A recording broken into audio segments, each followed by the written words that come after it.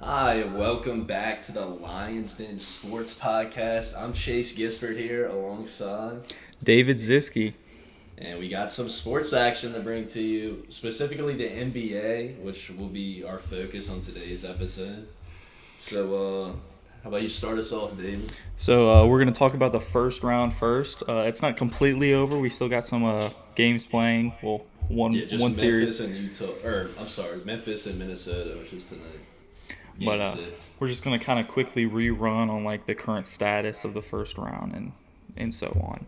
For the first round, we got number 1 Miami versus number 8 Atlanta. Already done 4-1. I feel like I feel like yeah we should go kind of touch on each one and just talk a little bit about it, just move on to the next. So I thought I'm not surprised Miami won. I mean they're the number one seed, but I thought Atlanta might win one more game than that because last year they made the Eastern Conference Finals.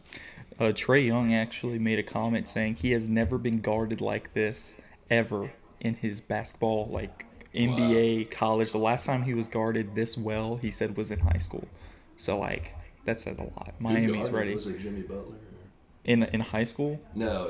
I mean like in the NBA like I think they just like rotated team. everyone. Yeah, Like it they was, did a good he had job. no opportunity to do it because he would move, and you know how quick he is. He was just, it's really hard. No, I know he scored like not many points at all compared to what he usually scored. think he was I think like- it was his lowest like Yeah. a couple of his lowest season outputs or something like that. I think he was, like, I read averaging- something that he it was, like, really 13. off, so that hurt him. You can hop into the next round. So Philly just finished off Toronto last night, 4-2. They actually were up 3-0 and lost 2 in a row. And Game 6 was in Toronto. I thought Toronto was going to send it to 7, but Philly won. Yeah, we had a lot of like I was watching some NBA, shows on ESPN, and a lot of them were saying like after that, what is it, Game 5 win, they were like really up and saying, oh, they're going to Toronto and they're gonna blow that place up, and Toronto's just gonna have so much energy in there, but Philadelphia they just Yeah, collapsed didn't on them, transpire. yeah. But it was really rough, but Embiid's definitely a superstar in his own right. So. yeah, and Toronto has some superstars, but not at the.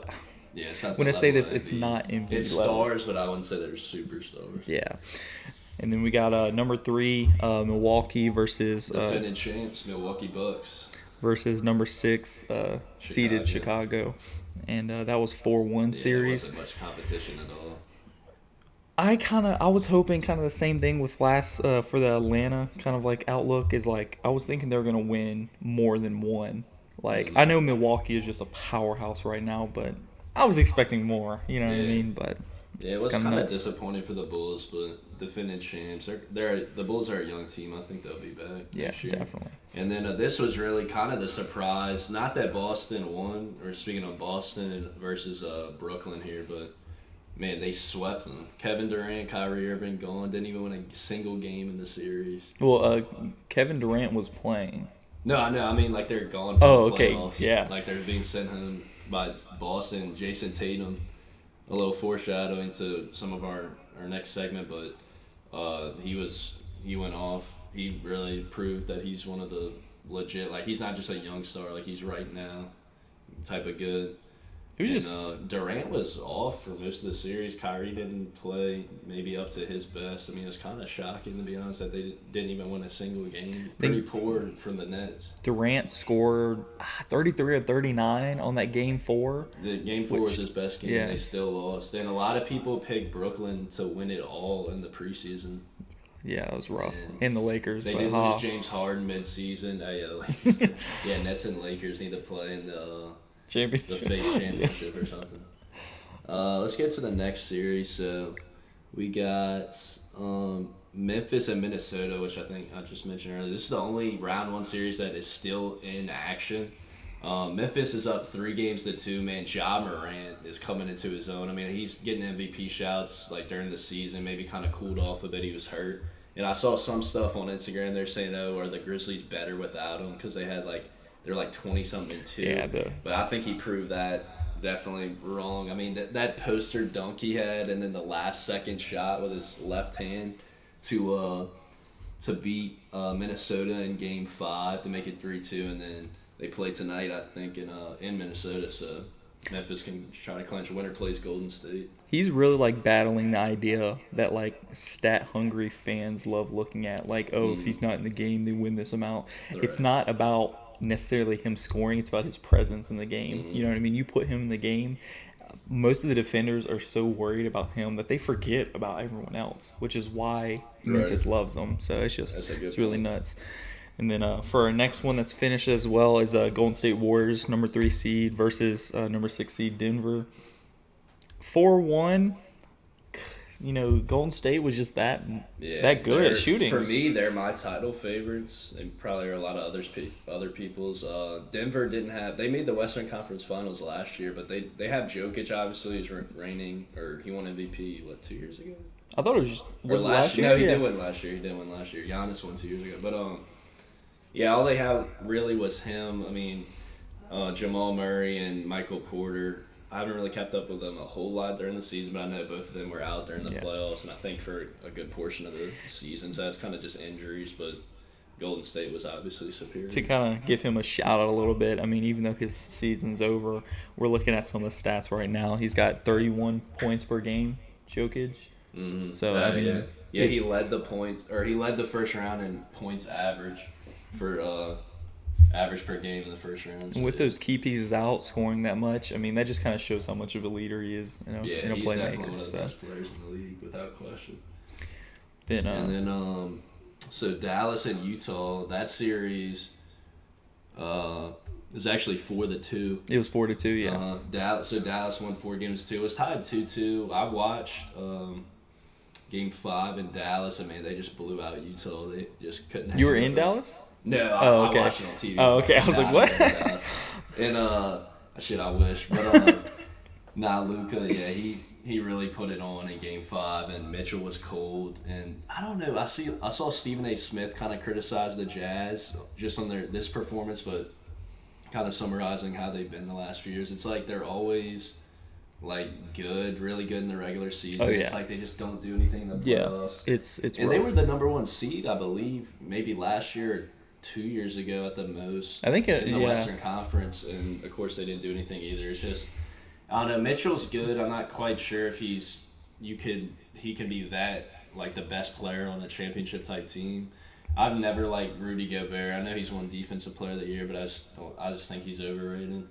And outside of that, they do have Mike Conley, but they just have a bunch of good players, but I don't know how much it's like chemistry almost. Difference makers they are. Yeah. And then Luka wasn't even playing for most of those games. Yeah, Jalen Brunson, he give him some love on here. He really stepped up in Luka's absence. He had, I think, back-to-back 40-point games or something like that in games 2 and 3. So he went nuts. He's proven to be a legit second option. And then Luka comes back and just plays right into his same, does his thing.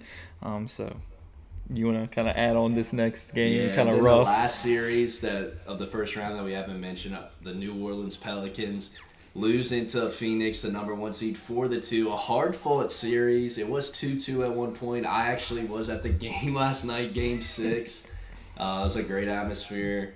Playoff basketball in New Orleans, always fun. But, yeah, it was a good game. We were up by 10 at the half. They just kind of let it slip away. Chris Paul, man. And it hurts because he used to play when we were the Hornets before the Pelicans, New Orleans legend. He was 14 of 14, did not miss a single shot from the field, and also 4 of 4 from the free throw line with 8 assists. I mean, he was in takeover mode, especially in that fourth quarter. And B.I. and McCollum, our best players, they weren't bad, but they just weren't quite on their A game. So we lost. But I mean, Devin Booker came back, which we were talking about. That really made a difference. I don't know, he may have scored 12, but it wasn't anything crazy, but his presence definitely was felt for sure. You had to account for him because we had to put Herb Jones on him, which is our best defender, and we usually were putting him on Chris Paul when Booker was out, so that definitely made a difference. But good season for the Pels overall. I mean, they took the 1 seed to 6 games. I know Booker was hurt for a few, but shoot, we didn't have Zion the whole season, so I think that evened out. But Pelicans definitely with, is it Willie Green, the coach's name? I'm unsure. I'll be lying to you. I believe so. You know what? I'll look that up. But regardless, segue they off have a bright future. Yeah, I'm not gonna lie. Like they have some really good key young players. Just like I'm seeing them. Yeah, like it's Willie Green. I'm not saying they're gonna win it all next year, but I'm saying Zion comes back healthy and could lay off the whatever he's eating in the the burgers. Yeah, no. He's getting chunky like me, man. But Man, they could be special if he would just come back and play his rookie year form. I mean, seriously. So Willie Green shouted. Yeah, everyone gave him a nice standing ovation. You know, me and my dad had to give him a little clap. Definitely. I mean, they started off terribly. It was like 1-12, something like that. The Pels. We had like the worst record in the league. oh yeah, you are at the bottom. So it was definitely a good rise, and yeah, that rookie class: Herb Jones, Jose Alvarado, and Trey Murphy. Really some huge pickups, and then McCollum mid-season after the All-Star break. Ingram, he knows he's been there. Valanciunas is good. Larry Nance, I tell you, I think we picked him up halfway. He really played well. He probably played the best out of anyone last night. He was on the offensive glass, just being a menace on the court. And who else? I'm trying to think who else we got. Jackson Hayes. I mean, I'm probably leaving somebody out, but yeah, we got a good collection of young talent, so future is bright. So we're going to move on to the second round now. Even though it hasn't started, we're just going to kind of say our quick initial thoughts on it. So for the first game of the second series. round, Phoenix versus Dallas. That's interesting. That's very interesting because Booker, even though, like I said, his impact was felt, he made a clutch three to kind of take the lead or break the tie versus the Pels last night, just under 2 minutes, and we never touched him after that. So obviously he's a superstar, but I don't think he looked 100% healthy. Obviously time will tell, but if he continues to play, I was surprised he even played against us because I don't think he looked. I mean, hamstring's kind of a tricky injury to deal with, especially basketball. You're running nonstop. It's going to be how Booker and also Luka show up because those two key pieces, they just came. Both of them injured. You know what I mean? Both coming back. I'll tell you. I mean, Phoenix. If you want to go with chalk, Phoenix, but I almost want to pick Dallas because Luka and really, I'll say because of Jalen Brunson's arrival. Because I don't think Luka could do it by himself, even though he is that good. If Brunson plays like he did in the first round, I think this is going 7, and you can almost flip a coin. That's my take on it. But yeah, I mean, last year it should be a really good series. They're coming back because of last year. Last year, Luka was really tired after that series loss versus I think the 76ers last year. But he's just ready. He's ready to get something done because these last few years he's just been going nuts and he hasn't produced like in the playoffs wise, like the team. I mean, not Luka. Right. So I think this is going to be really a deciding factor on how the playoffs work out because you have these two past injured key players coming back in. We got to see how they kind of develop. I think they lost to the Clippers last year. I want to Clippers. That's what it was. Yeah, LA Clipper. I'm sorry, but no, you good. But yeah, they. Definitely Luka's time to shine. He's hungry for a ring. He's a good enough player. Some people are saying like MVP. I mean, that's a stretch, but still at the same time, when you're getting for the season, but I think Embiid will probably win. But next series, I guess I'll hop into. Speaking of Embiid, Philly, the number 4 seed versus number 1 Miami. I'd go with the Heat. I think they're more consistent. But, I mean, with Embiid, if Harden would wake up and start playing good, I think he had 22 last night in the clinching win over Toronto. But Philly's capable. I'd say Heat in 6 if I had to. They have such a good defense. That's the thing. But honestly, Jimmy Butler, I don't know if he was just kind of precautionary because they won the series 4-1, but he didn't play. If the Heat are a little banged up, Philly might be able to take advantage. And Embiid really is a superstar, so it's not like the Heat just by and large are just going to win, but it should be an interesting I feel like the Heat can have a stronger lockdown because whatever they just did to Trae Young, they're going to do to Embiid. Because if they can shut down a superstar like that, I guarantee you that they can shut down another one. They are completely different. Young's a point guard and Embiid's a big, but true, I know they have Bam Adebayo, so he's a really good defender. And you're right, they're just a really good defensive team. Really, I'd worry more for Harden because he's already been struggling, and he's a guard, so we'll see about that. And then you could jump into our next We got number 3, Milwaukee versus number 2, Boston. I think this is going to be this series to watch. That's the most enticing series out of the 4 that remain, in my opinion, for sure. Because these two defending teams, champs and Celtics just swept the Nets. I mean, it's It's going to be just a shooting back and forth. I mean, I'm not saying these two teams are terrible at defense, but like they shine on offense, and this is just going to be a back and forth shootout, and going to 300 points total in the game. Yeah. But it's going to be really nice. Really, obviously, there's more stars besides the superstars Yeah. on the team, but I would just want to see Giannis and Jason Tatum go at it. I think Giannis has already proven himself to, I think, 2 MVPs. I could be wrong, in his career already. Maybe it's 1. I can't remember, 1 or 2. But anyway, regardless, he's won MVP, played to that level almost every year. Some people are saying there's voter fatigue and why he didn't win it in some of the previous years. But and he just won an NBA championship finals MVP. So he's proven himself, but really, this is a huge opportunity, I think, for Tatum to solidify. Like, he's a superstar, but he can reach that next level if the Celtics beat Milwaukee and he really kind of takes over and has a dominant series. So that's very interesting. And then next we have I'm gonna go. Or are we picking kind of who we think, or just go for it? I'm gonna say Boston. I'm gonna put going for Boston. I think they're gonna win. I'd say in 7 games. I'll just be the opposite of you, Milwaukee in 7. We'll just go back and forth like that. But it's a really tough matchup. I mean, we're about to talk about impact players in a second. I mean, I would truly go for Boston, but like it's just a flip of a coin, like you said about Dallas and Phoenix, just back and forth. But then our 4th series is going to be number 3 seeded Golden State versus either Memphis or Minnesota. Minnesota is shining occasionally during their wins, but Memphis, like with a comeback win, they've blown like 2 big leads. Minnesota. Yeah. I think Memphis is definitely more complete. They're they're the 2 seed. Minnesota's the 7th, and I think Ja Morant gives them that superstar, just that potency. Definitely. So I would have to. Golden State's just so strong, and they've done it, been there, done that. I mean, with Steph, Clay, Draymond, still got the nucleus of their like mini dynasty they had a few years back, and Jordan Poole now is coming into his own. So that should be a good series. I'd say Golden State in 6, and Memphis is up 3-2, like we mentioned earlier. They play in Minnesota tonight, so if Minnesota wins, they'll force a Game 7, move that to Memphis. But the winner plays Golden State. I'll just assume Memphis is going to win the series. Yeah. That should be really. I want to see Ja Morant because I like him a lot. How he does versus Curry. I'd probably pick the Warriors in 6. Maybe it could go 7, but I'm not a Curry super fan or anything, but he's just so good. Yeah, like, I can't lie. Like you got to give him props. He's the greatest shooter of all time, hands down. Then I don't see I could really argue anyone else. You want to move into impact players? Yeah. Phase? So impact players. I kind of went for guys that maybe a little bit under the radar. Not that. Like true NBA fans would know, but maybe guys that kind of just peep in here and now wouldn't be aware of.